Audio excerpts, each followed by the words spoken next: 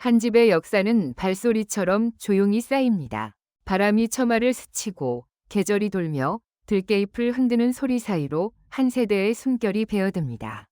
오늘 우리가 따라갈 발자국은 오래된 마을 끝자락, 비탈진 논을 내려다보는 낮은 기와집에서 시작됩니다.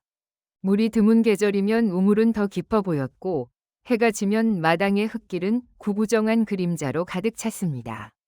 그 집은 넉넉하지 않았지만 누군가를 위해 조금씩 덜어내는 손길이 늘 따뜻했습니다.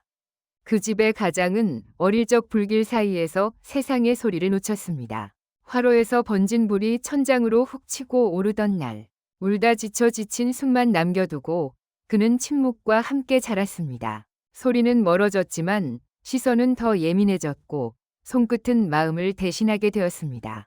그가 세상과 연결되는 길은 말이 아니라 눈빛과 손바닥, 그리고 기울어진 어깨의 방향이었습니다. 사람들은 그를 불편한 눈으로 보기도 했지만 그는 매일 같은 시간에 밭으로 나갔고 같은 길로 돌아왔습니다. 땀으로 젖은 옷깃은 가난의 색이었으나 눈빛은 쉽게 닳지 않았습니다. 그의 곁에는 세상의 소리를 듣지 못하는 또 한 사람이 있었습니다. 부드러운 눈매를 가진 아내는 묵묵히 바늘을 들어 옷의 해진 자리를 기원했고 들판에 흙냄새가 스며든 손으로 식탁을 차렸습니다. 둘은 같은 언어로 말하지 않아도 같은 방향을 바라보는 법을 배웠습니다. 손바닥에 글자를 그리며 안부를 묻고 서로의 숨이 약해질 때면 손등 위에 머무는 체온으로 대답했습니다. 밤이면 등잔불 아래에서 그림자를 길게 느려 서로의 하루를 설명했고 때로는 아무 말 없이 창턱에 기대어 달빛이 마당의 주름을 씻어가는 모습을 오래 바라보았습니다. 당신, 오늘도 고생했어요. 손이 까졌네요. 물에 불려 드릴게요. 괜찮다. 버틸 수 있다. 손끝으로 천천히 글자를 그리듯 전한다. 그들에게 새벽은 늘 조금 이른 시간이었습니다. 닭이 울기도 전에 일어나 솥에 불을 붙이고 김이 올라오면 대접을 2개 꺼냈습니다.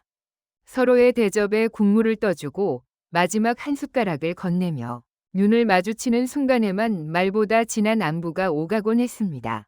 그들의 삶은 작았지만 작은 삶이 흔들리지 않도록 기둥처럼 서로를 붙잡았습니다. 시간은 언덕을 넘더니 어느 날 작은 기적을 들고 돌아왔습니다. 아이가 태어났을 때 방안을 찍듯 울음이 터졌습니다. 그 울음은 이 집에 없던 다른 세계의 문을 열었습니다. 처음 울음이 잦아든 뒤에도 아이는 종종 소리내어 웃었습니다. 웃음이 방에 가득 차면 두 사람은 같은 순간 다른 이유로 울었습니다. 하나는 안도였고 다른 하나는 감사였습니다. 그날 부엌의 김은 유난히 달콤했으며 마당의 먼지는 햇살에 반짝였습니다. 들리지 않아도 이 아이의 울음은 마음으로 들려요. 오늘부터 조금 덜 두렵네요.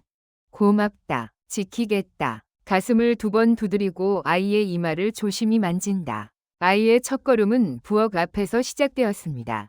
발뒤꿈치가 흙벽을 찍고 작은 발자국이 뒤따르며 길을 만들었습니다. 아이는 새를 보면 손을 흔들었고 강아지를 보면 웃었습니다.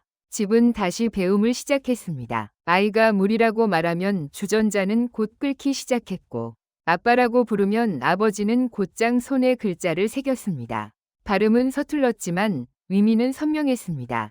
들리지 않아도 말은 두 사람을 잇는 다리가 되었습니다. 아빠, 제 손에 글씨 쓰세요. 오늘은 제가 먼저 말할게요. 오늘 학교에서 칭찬받았어요.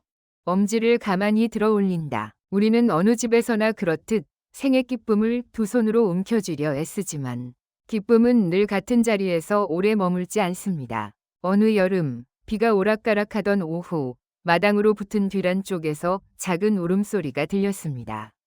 아이가 귀를 기울였고 곧 작은 발걸음이 우물가로 이어졌습니다. 우물은 돌로 둥글게 둘러싸여 있었고 물 표면은 하늘을 담아 조용했습니다. 강아지가 돌틈 사이에서 낑낑대자 아이는 손을 뻗었습니다. 늘 그렇듯 누군가를 돕고 싶었던 것뿐이었습니다. 괜찮아. 이리 와. 내가 잡아줄게. 한순간 발이 미끄러졌습니다. 놀라 움켜쥔 손이 허공을 긁었고 몸이 휘청이며 돌턱을 스쳤습니다. 물은 생각보다 차갑고 깊었습니다. 그 순간 집안은 조용했습니다. 아무도 비명을 듣지 못했습니다. 시간은 잔인하게도 소리 없이 흘렀고 오랫동안 아무도 몰랐습니다. 물 위에 작은 파문이 번졌다가 사라질 때까지 우물은 아무 말도 하지 않았습니다. 아이가 보이지 않는다는 것을 깨달았을 때 마당의 그림자는 이미 길게 늘어져 있었습니다. 모두가 우물로 달려갔습니다. 두 손으로 물을 젓고 밧줄을 내리고 이름을 불렀습니다. 들리지 않는 이들도 그날만큼은 소리를 만들려 애썼습니다. 입술이 부서지도록 아이의 이름을 부르지만 돌아오는 것은 물 냄새뿐이었습니다. 시간이 얼마나 흘렀는지 모른 채 녹이 쓴 두레박이 느리게 오르고 젖은 조각 하나가 빛을 잃은 채 드러났습니다. 안 돼, 안 돼. 조금만 더 일찍 알았더라면. 손끝이 덜덜 떨린다. 그날 밤 뒷산의 흙은 사나운 비를 맞은 듯 축축했습니다. 아버지는 등불을 걸고 삽을 들었습니다. 흙이 젖어 무거웠고 삼날에 묻은 흙이 떨어지지 않아 자꾸만 발로 털었습니다. 한 삽, 한 삽 아주 조심스럽게 땅이 열렸고 조그만 상자가 그 자리에 눕혀졌습니다. 어머니는 상자의 뚜껑 위에 손을 올리고 오래도록 움직이지 않았습니다. 딸은 몇 걸음 떨어진 곳에서 누군가에게 다 들리게 울고 싶었지만 울음소리가 어른들의 어깨를 더 무겁게 만들까 봐 손등을 깨물었습니다.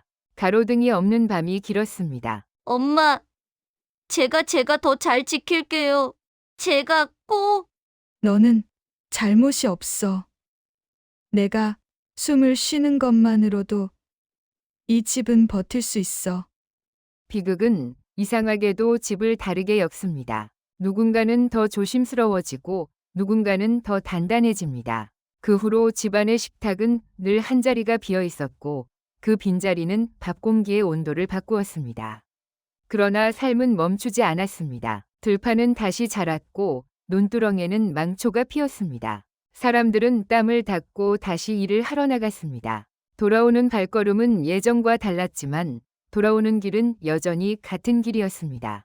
세월은 멍든 자리를 감추는 데 능하지만 완전히 지우지는 않습니다. 남은 가족은 저마다의 방식으로 상처를 다루었습니다. 아버지는 말없는 손길로 작은 것들을 고쳤습니다. 비걱대는 문경첩, 헐거워진 의자 다리, 헝클어진 그물. 그는 무엇이든 고칠 수 있다고 믿었습니다. 고칠 수 있는 것들을 고치다 보면 고칠 수 없는 것도 언젠가 나아질 거라 믿고 싶었습니다. 어머니는 새벽의 길이를 조금 더 늘렸습니다. 시장으로 나가 허리 굽혀 채소를 고르고 돌아오는 길에는 딸의 도시락에 들어갈 반찬의 색을 생각했습니다. 딸은 방 한가운데 앉아 작은 글씨로 매일의 일을 적었습니다. 오늘도 우리가 살았다고, 내일도 살 거라고, 너를 잊지 않겠다고. 아빠, 오늘은 제가 시장에 다녀올게요. 무거운 건 제가 들게요. 짧게, 그러나 깊게 고개를 숙인다. 집을 지키던 할머니는 어느새 기운이 약해졌습니다. 오래된 버드나무처럼 굽은 허리는 바람이 불면 작게 떨었습니다. 그는 말 대신 눈으로 많은 것을 건넸습니다. 손녀의 손목에 매듭을 단 단단한 끈처럼 보이지 않는 마음의 끈을 묶어주었습니다. 그러던 어느 겨울 그의 기침이 깊어지고 방 안에 등잔불이 잦아들던 날 마지막 숨이 고요히 떨어졌습니다. 장독대 뒤로 바람이 휙 돌고 지붕 위로 까마귀 2마리가 날아올랐습니다. 집은 또 한 번 텅 비었습니다. 장례가 끝나면 사람들은 흩어집니다. 남은 집은 할머니를 대신해 약속을 기억해야 합니다. 누구를 지키며 어떻게 살아낼 것인가? 그 질문은 제사상보다 오래 남습니다. 그날 이후 이 집을 둘러싼 발걸음들이 달라졌습니다. 가끔은 낯선 목소리가 마당에서 길어졌고 서랍 속 서류가 자주 꺼내졌다 들어갔습니다. 누군가는 조문을 빌미로 숫자를 물었고 누군가는 기억을 팔았습니다. 오래된 집의 기둥이 삐걱거렸습니다. 그러나 그 소리는 바람 때문만은 아니었습니다. 우리 아직 버틸 수 있어요. 당신이 고쳐온 것들처럼 이것도 방법을 찾을 거예요. 가슴 위에 손을 올리고 천천히 2번 누른다. 인생의 서두는 늘 가장 조용한 순간에 쓰입니다. 비가 오지 않는데도 지붕에서 물이 떨어지는 날, 아무도 없는 방에서 의자가 스스로 소리를 내는 밤. 우물의 수면이 별빛을 2개로 쪼개던 새벽, 그 사이사이에 이 집의 문장들이 붙습니다. 상실은 문장의 쉼표일 뿐 마침표가 아니라는 것을 배우면 사람들은 다시 밥을 짓고 다시 길을 나섭니다. 그리고 언젠가 비워진 자리를 덜 아파하는 방법을 익힙니다. 하지만 상처는 다른 상처를 불러옵니다. 할머니와 함께 묶어 두었던 약속이 풀리면 마음의 매듭은 쉽게 어지러워집니다. 집을 제 몸처럼 아끼던 손길이 사라졌을 때 남은 자들의 시선은 서로의 주머니를 먼저 보게 됩니다. 작은 오해가 납덩이처럼 무거워지고 오래 참아온 말들이 한꺼번에 터져 나옵니다. 이 집도 예외가 아니었습니다. 현관 앞 신발들이 자리를 바꾸고 안방 문턱의 그림자가 드리워질수록 식탁의 이야기들은 점점 소리를 잃었습니다. 누군가는 기억을 증거로 꺼내 들었고 누군가는 혈육을 언어로 가르고자 했습니다. 그때마다 딸의 손은 더 단단해졌고 아내의 눈빛은 더 맑아졌습니다. 지키겠다는 마음은 결국 누군가의 어깨에 내려앉기 때문입니다. 엄마, 제가 앞에 설게요. 아무것도 빼앗기지 않게 우리 약속을 제가 지킬게요. 너는 아직 어린데도 어른 같은 말을 하는구나. 그래도 혼자 서게 하진 않을 거야. 우린 셋이야. 짧은 단어 한 개를 손바닥에 남기고 셋의 손을 포개어 올린다. 이제부터 우리가 함께 걸어갈 이야기는 이 집에 남은 세 사람이 어떤 방식으로 서로의 무게를 나누는지에 관한 기록입니다. 잃어버린 것을 복구하려는 사투가 아니라 지킬 수 있는 것들의 이름을 다시 세는 일입니다. 상속이라는 단어가 숫자의 문제처럼 보이더라도 그 숫자에 기댄 기억이 얼마나 취약한지 우리는 곧 알게 될 것입니다.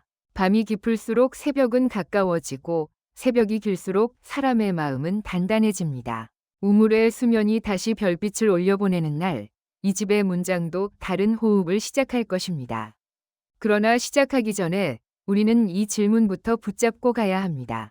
가족이란 무엇인가? 피로 이어져 있다는 이유로 서로의 상처를 더 쉽게 무시해도 되는 사이인가? 아니면 가장 먼저 기댈 수 있도록 등을 내어주는 사이인가? 누가 옳고 누가 그른가 보다 더 중요한 것은 누가 끝까지 곁을 지키는가입니다. 이 집은 적어도 그 사실만큼은 오래전부터 알고 있었습니다. 오늘의 이야기는 그 기억을 확인하는 과정일 뿐입니다. 이제 등잔불을 밝히고 첫 장을 넘겨보겠습니다. 등잔불을 다시 켠 밤, 장례 뒤 남은 집은 숨을 참는 듯 고요했습니다. 상복을 벗어 걸어두었지만 옷자락에는 향내와 한숨이 아직 달라붙어 있었지요. 부엌에서는 미지근한 국이 김을 뿜다가 이내 식어갔고 식탁 위에는 누가 손댄 흔적도 없이 젓가락만 가지런히 놓여 있었습니다. 말 대신 눈빛으로 살아온 세 식구는 그날따라 유난히 서로의 숨소리에 귀를 기울였습니다. 작은 흔들림조차 금방이라도 무너질 징조처럼 느껴졌기 때문입니다. 문턱이 삐걱이며 열리던 오후, 검은 바람처럼 발걸음이 들이닥쳤습니다. 조문이 끝난 뒤로 돌아오지 않을 것 같던 그 발걸음이었지요. 낮게 깔린 목소리는 인사도 없이 숫자와 권리부터 꺼내 들었습니다. 내가 관리했고 내가 서류를 썼으니 내 몫이다. 금과 도장, 계좌와 문서가 한데 엉킨 말들. 그 말은 식탁 모서리를 깨끗이 닦아낸 걸레처럼 가장 먼저 가족의 체온부터 지워갔습니다. 오늘은 할머니의 뜻부터 이야기합시다. 함께 지켜라. 그 말이 먼저였습니다. 주먹을 가볍게 쥐었다 펴며 손바닥에 지키자라고 또박또박 적어 보인다. 낮게 던져진 비웃음이 공기를 서늘하게 가릅니다. 말 못하면 가만히 있어. 그 말이 남기고 간 것은 모욕의 얼룩이었습니다. 그러나 새 식구는 그 얼룩을 닦아낼 물도 닦아낼 손도 잠시 갖지 못했습니다. 발걸음이 나간 뒤에야 방 안의 공기가 갑자기 무거워졌고 창틀에 나사가 헐거운지 창문이 바람도 없이 덜컹댔습니다. 엄마, 저 이제 제가 앞에 설게요. 무서워도 제가 해볼게요. 혼자 서지 않아도 된다. 내가 한 걸음 나서면 우리는 두 걸음으로 뒤를 바칠 거야. 손끝으로 짧게 적고 셋의 손을 포개어 올린다. 다음 날 새벽, 딸은 낡은 배낭에 서류 봉투를 넣었습니다. 민원실의 대기번호표는 냉정했고 창고 유리에는 친절정할이라는 문구가 얇은 스티커로 붙어 있었습니다. 대리 신청 요건, 보호의무자 확인, 수급 변동 보고. 낯선 단어들이 유리벽에 부딪혀 되돌아올 때마다 딸은 수첩에 작게 그러나 빠짐없이 옮겨 적었습니다. 떨리는 글씨, 그러나 지워지지 않게 눌러 쓰는 획.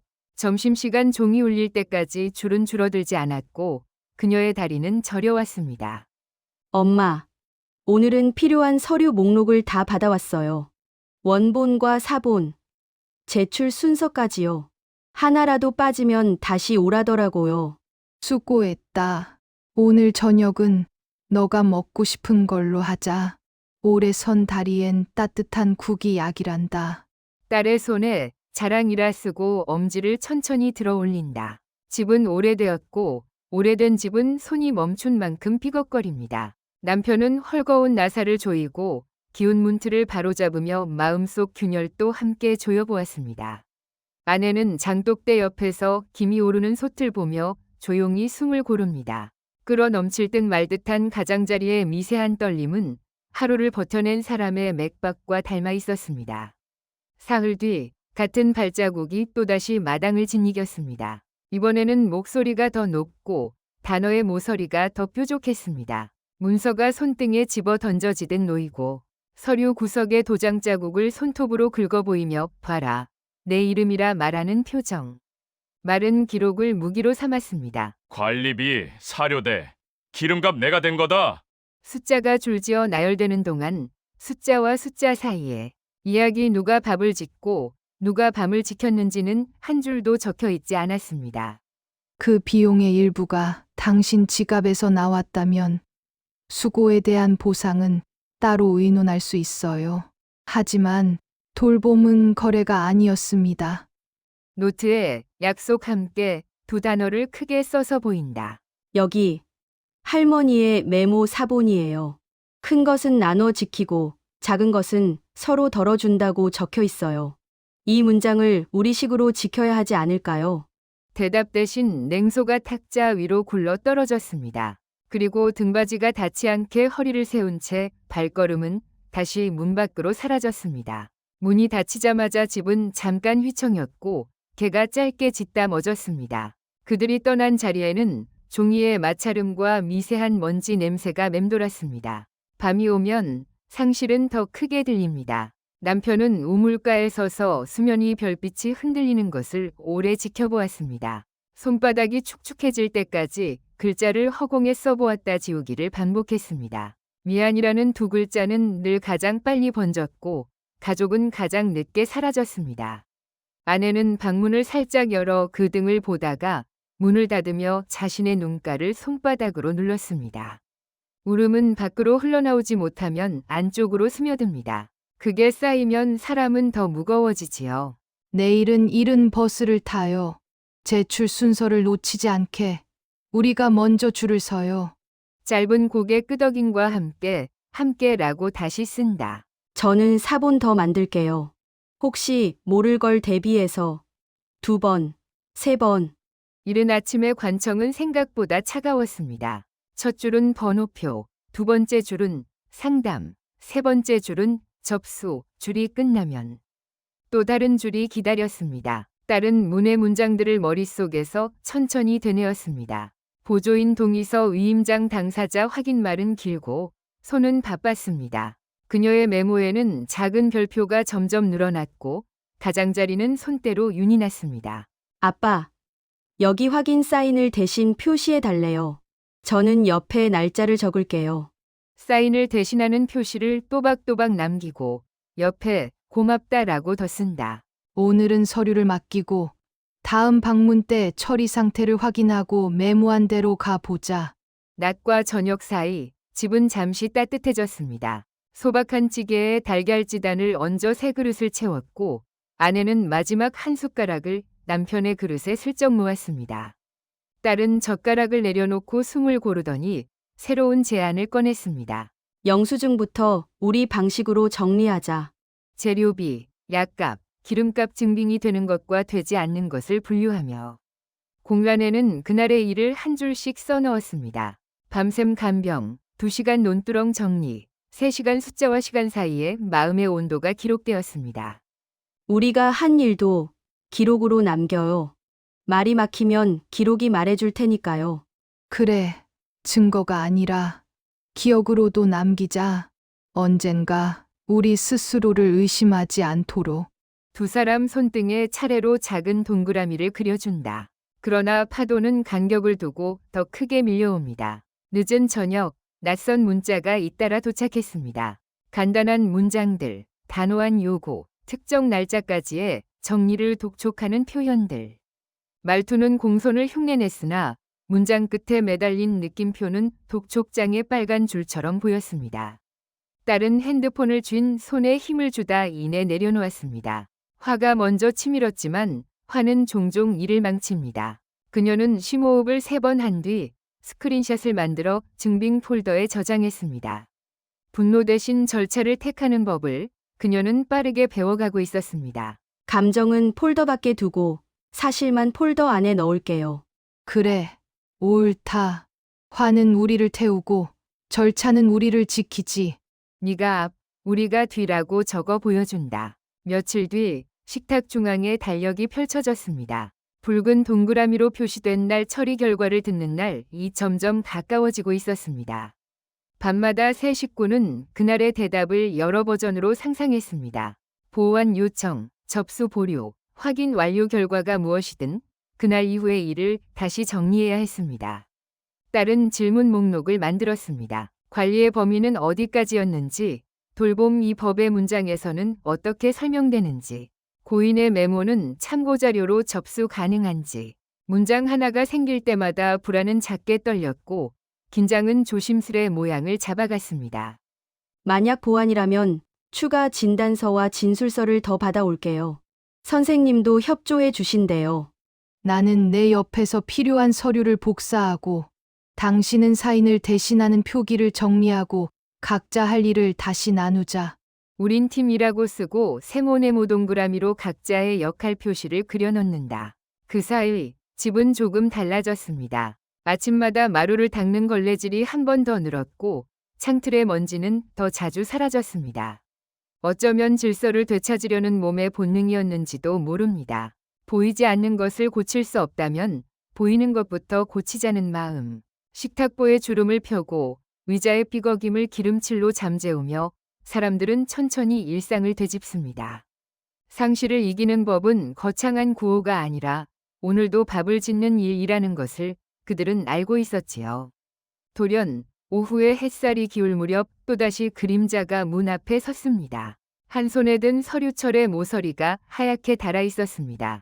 기한을 지키라, 정리를 끝내라. 단정하게 말한 문장들은 실은 명령에 가까웠고 말끝은 물러설 여지를 허락하지 않는 모양이었습니다. 이번엔 새 식구가 먼저 자리를 잡았습니다. 탁자 가운데에 딸이 정리한 경과표 간호였고 옆에는 메모 사본과 제출 영수증들이 차례대로 겹쳐 있었습니다. 기록은 침착함을 불러옵니다. 기록이 길어질수록 사람의 말은 짧아집니다. 요구하신 내역과 오늘까지의 진행 상황입니다. 확인 도장을 받았고 다음 절차는 이 부분입니다. 추가 주장은 이 절차가 끝난 뒤 정리해도 늦지 않습니다. 오늘은 결론이 아니라 경과를 공유하는 날로 합시다. 감정은 빼고 사실만 놓죠. 침착이라고 크게 써서 가운데에 놓는다. 잠시 말들이 멈췄습니다. 그리고 예상과 다른 방향에서 작은 한숨이 흘렀습니다. 그렇게까지 할 줄은 몰랐다. 말은 짧았지만 모서리가 둥그러져 있었습니다. 변한 것은 많지 않았습니다. 다만 그 자리에서 더 멀어지지 않겠다는 조심스런 기색 하나. 합의도 양보도 아니었지만 무모한 밀어붙임이 한 발 물러선 순간이었습니다. 싸움은 때로 큰 승리보다 작은 멈춤에서 방향을 바꿉니다. 밤, 달력의 붉은 동그라미가 창틀 그림자와 포개졌습니다. 새 식구는 다시 손을 겹쳤습니다. 누군가의 손이 뜨겁고 누군가의 손이 차가웠지만 온도는 곧 섞였습니다. 그들은 오늘의 기록을 한 줄로 마무리했습니다. 우리는 감정보다 절차를, 주장보다 증거를, 고집보다 약속을 선택했다. 그 문장이 등불 아래에서 조용히 빛났습니다. 다음 장을 넘기기 직전에 숨 고르기 그 시간이 길수록 사람은 단단해집니다. 그리고 단단해진 마음은 곧 닥칠 파도 앞에서 서로를 더 강하게 붙잡게 하지요. 내일 우리는 같은 문장으로 대답할 거예요. 함께 지켰다고. 그래. 끝까지 같은 문장으로. 세 사람 이름 대신 가족 한 글자를 크게 적어 가운데에 둔다.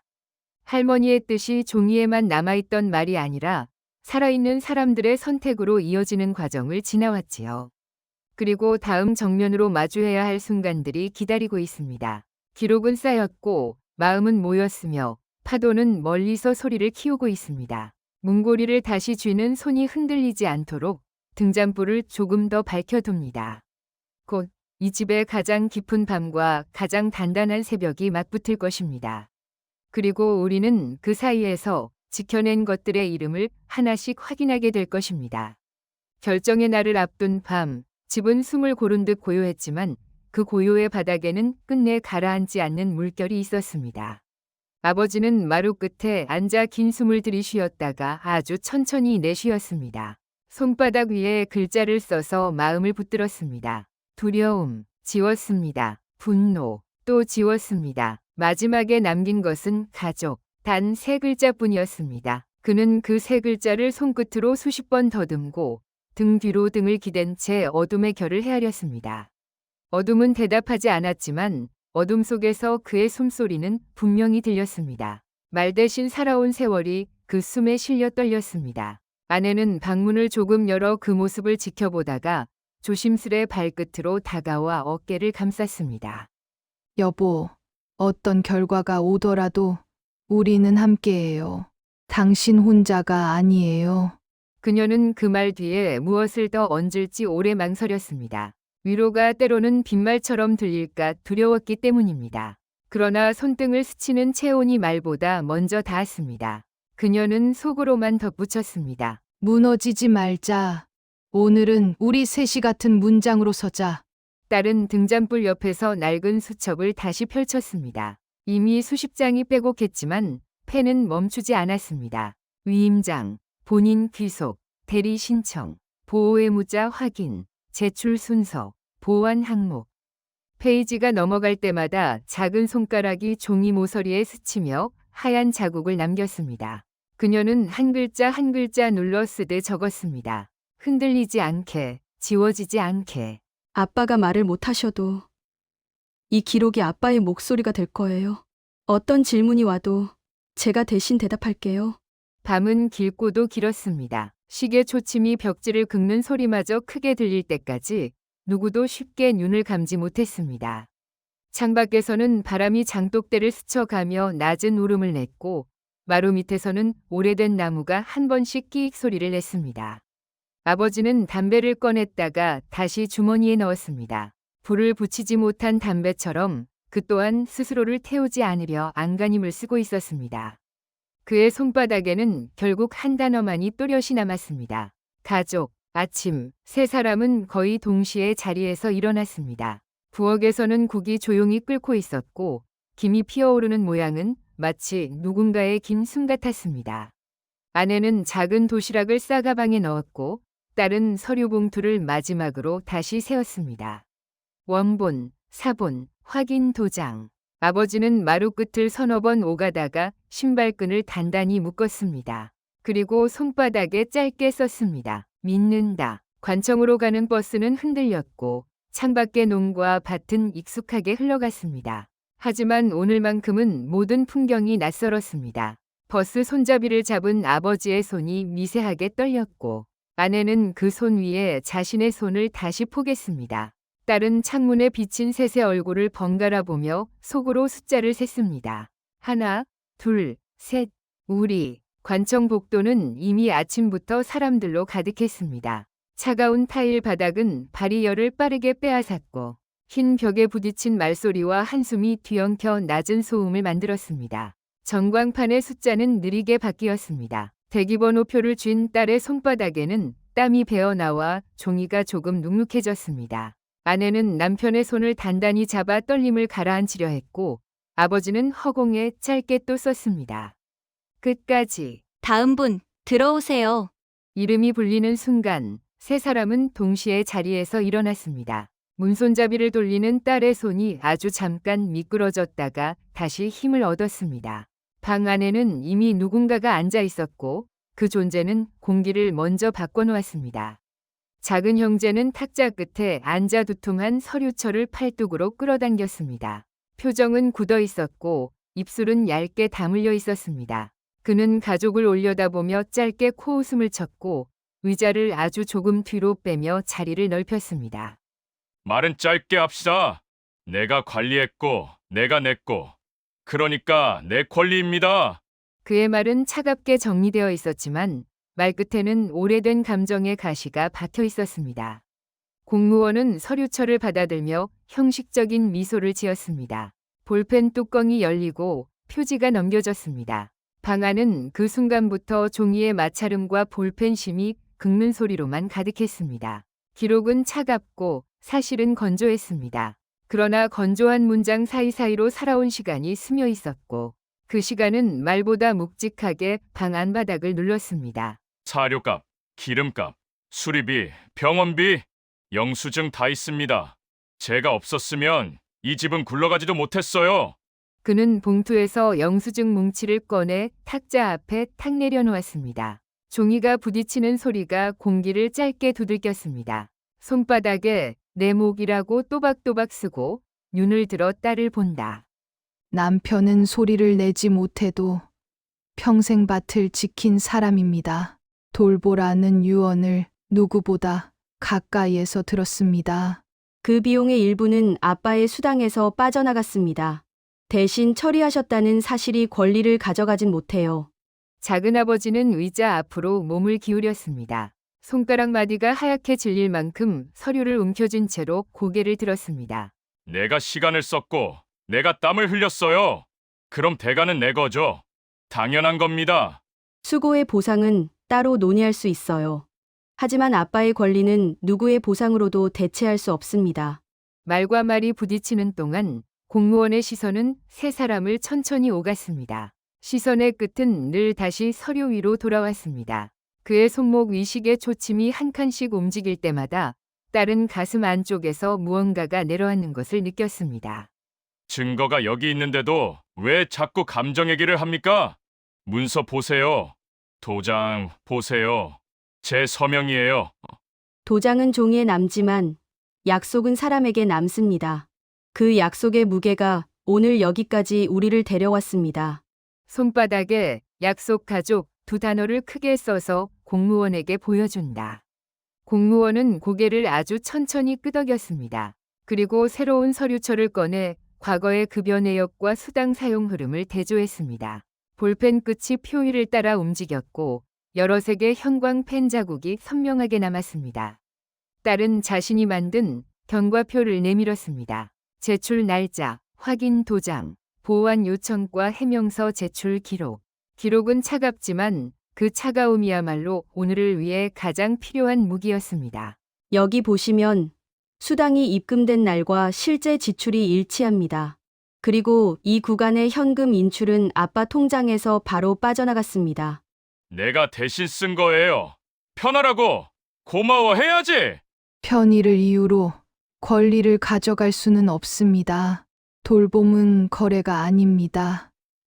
방 안의 공기가 조금 달라졌습니다. 누군가 아주 조용히 숨을 고르는 소리가 들렸고 종이 모서리들이 조금 덜 흔들렸습니다.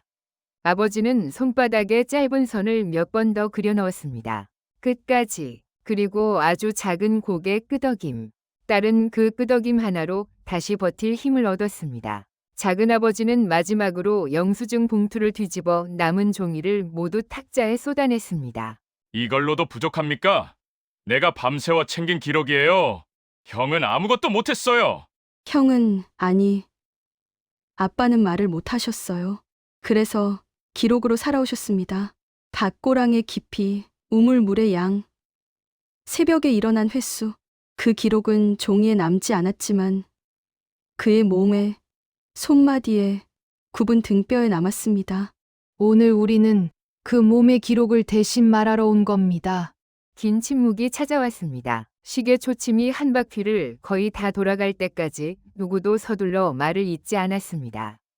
공무원은 펜을 내려놓고 손을 포개 잠시 시선의 초점을 먼 곳에 두었습니다. 그리고 아주 차분한 목소리로 그러나 단호하게 한 문장을 꺼냈습니다. 권리는 본인에게 귀속됩니다. 그 말이 방 안바닥을 한번 튕겨나갔다가 세 사람의 가슴에 동시에 닿았습니다. 아내는 입술을 떨다 두 손으로 입을 막았습니다. 눈물이 손가락 사이로 새어나왔습니다. 딸은 아버지의 손을 꽉 붙잡았습니다. 손끝에서 심장 박동이 그대로 전해졌습니다. 아버지는 천천히 고개를 끄덕이고 손바닥에 고맙다라고 적었습니다. 아빠, 우리가 해냈어요. 이제 누구도 빼앗지 못해요. 고맙다 두 글자를 아내와 딸의 손등에 차례로 새긴다. 여보, 오늘 숨을 길게 쉬어요. 그동안 미뤄둔 숨을. 작은 형제는 의자를 밀치듯 일어났습니다. 그의 얼굴은 붉게 달아올라 있었고 주먹은 굳게 쥐어져 있었습니다. 그러나 더 이상 할 말은 남아있지 않았습니다. 판정은 명확했고 기록은 이미 말했기 때문입니다. 그의 발걸음은 복도를 무겁게 울리며 멀어져 갔습니다. 문이 닫히는 소리가 천천히 잦아들었습니다. 귀가하는 버스에서 세 사람은 창밖을 한동안 말없이 바라보았습니다. 논두렁의 물길은 햇빛을 받아 반짝였고 길가의 느티나무는 오래된 그림자를 길게 드리웠습니다. 아버지는 손바닥에 다시 한번 가족이라고 적었습니다. 아내는 그 손을 덮었고 딸은 그 위에 자신의 손을 보탰습니다. 세 손이 포개진 자리에서 따뜻한 온기가 오래 머물렀습니다.